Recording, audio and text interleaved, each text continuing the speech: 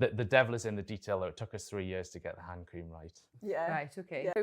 So there were certain things that we knew had to happen in order for it to be okay for use within the hospital ward.